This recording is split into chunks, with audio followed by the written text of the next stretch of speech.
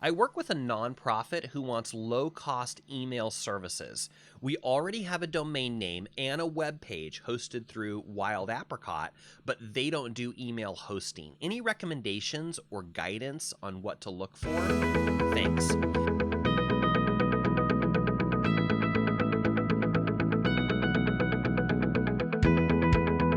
Our next question is from Adhana. She asks, CJ, not sure if you covered this already. I work with a nonprofit who wants low-cost email services. We already have a domain name and a web page hosted through Wild Apricot, but they don't do email hosting. Any recommendations or guidance on what to look for? Thanks. Great question, Adhana. Really glad that you asked this.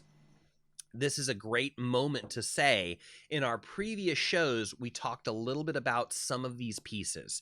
There's 3 pieces. We talked about the first 2. This is the third piece. So thank you, Adhana, for prompting me to talk about this. So you've got your domain name. That's the address for your website. That's your .com.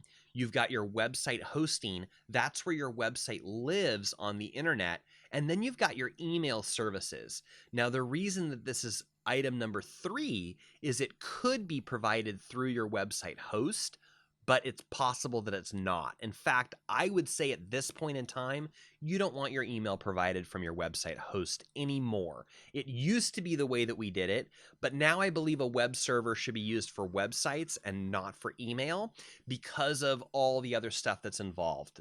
The attachments and the sizes of files, and you don't want your email sitting on a web host and building up over time, and your mailbox gets bigger and bigger. It is better to use one of the professionals that are out there. Let me take you into the next slide here. And I've got a couple options. So I'm going to give you the 2 answers. Adhana, I'm going to give you the 2 big answers that you can take right back to your team and get going on it.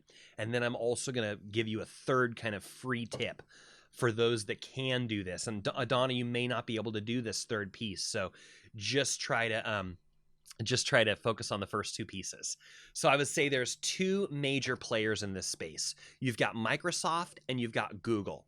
If you already have a preference, which one of those you want to go with, go for it. They're both fantastic services. So on one side, you've got Microsoft Exchange, and they are now offering a monthly payment program depending on how many of their services that you want. You could just get the mail service all by itself, and I want to say that starts at like $5 per month per mailbox. And you could just set that up and you could just get the email. By the way, that's called Exchange, Microsoft Exchange.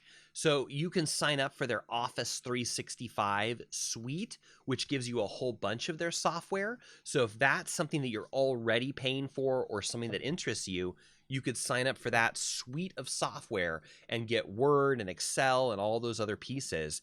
And it might also come with the Microsoft Exchange, which is the email piece of that.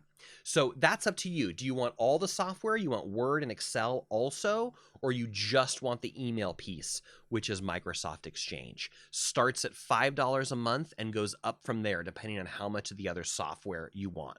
So if you enjoy Microsoft, you're used to using Outlook, you're used to using those kind of programs, and you want to keep doing that, or you enjoy that software bundle, then I would say go with Microsoft. That would be the option for you there.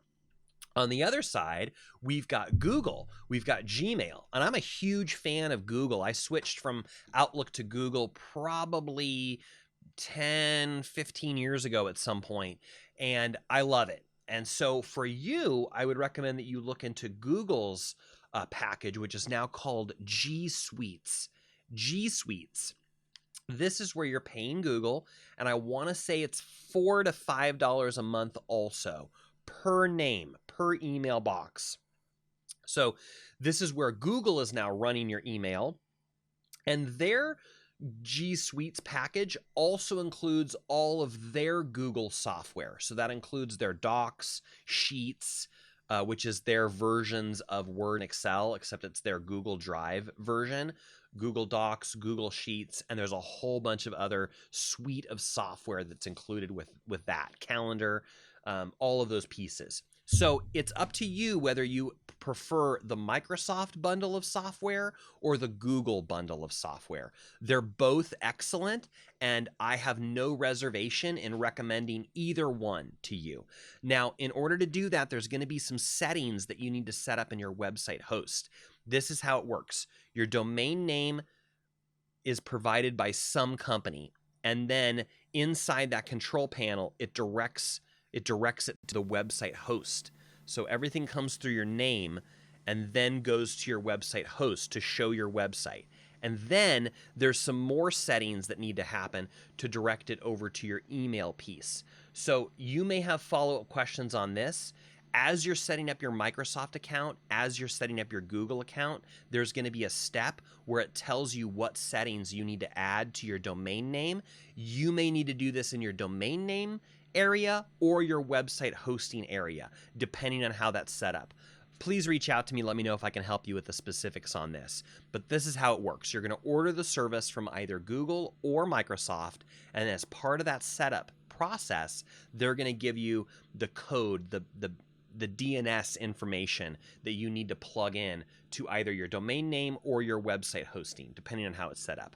Probably your website hosting. Usually the domain name goes into the website hosting, and then you can configure your email to go over there, depending on which one of these services you use. So ask me your follow-up questions. See what I mean, guys? Questions lead to other questions, lead to other questions. So the bottom line, Adhana, is I would recommend going with the Microsoft products or the Google products. If you have a preference, go for it. They're both excellent. They're both about $5 per month per domain name. My personal preference, if you said, CJ, I don't have any preference between the two, which one do you like? I'm a huge fan of both. I've used Microsoft for years and years. I'm using a Microsoft computer, Microsoft Windows, but I use Google and Gmail an awful lot these days, so I'd probably recommend Google and the Gmail and the G Suites. Okay, that's my official answer. Now the answer to this question is officially over, and I'm going to give you some more information.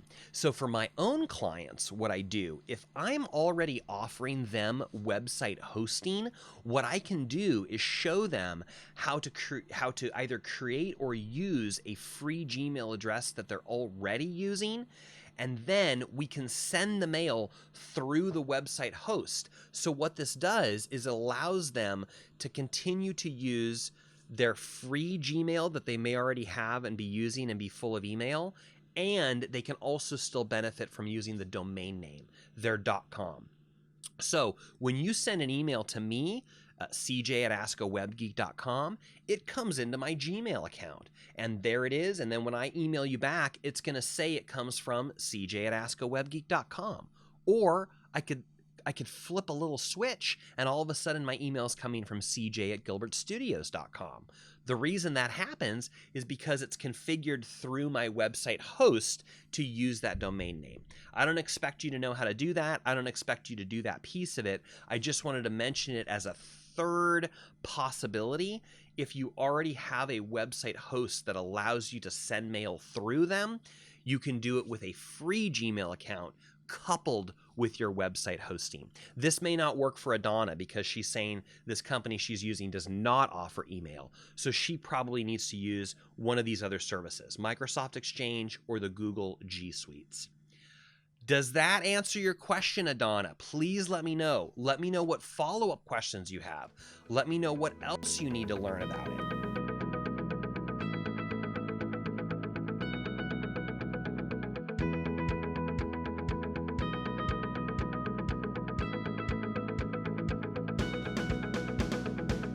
Those are our questions for the week. Weren't they fantastic? I just had to do a show for you today because those were amazing questions. But I invite you to please let me know, what are your follow-up questions to these? Because these topics, they always lead to more questions, and I totally understand how that happens. You see how I had so much more information I wanted to give you, but I didn't want to overwhelm you all at once with so much information. So I just invite you to give me your follow-up questions. Let me know what else you need, what else you're thinking. Hopefully that answers your question, at least to start, and then I can help you with the next step. Just take one step at a time. Internet's a jungle. Roar!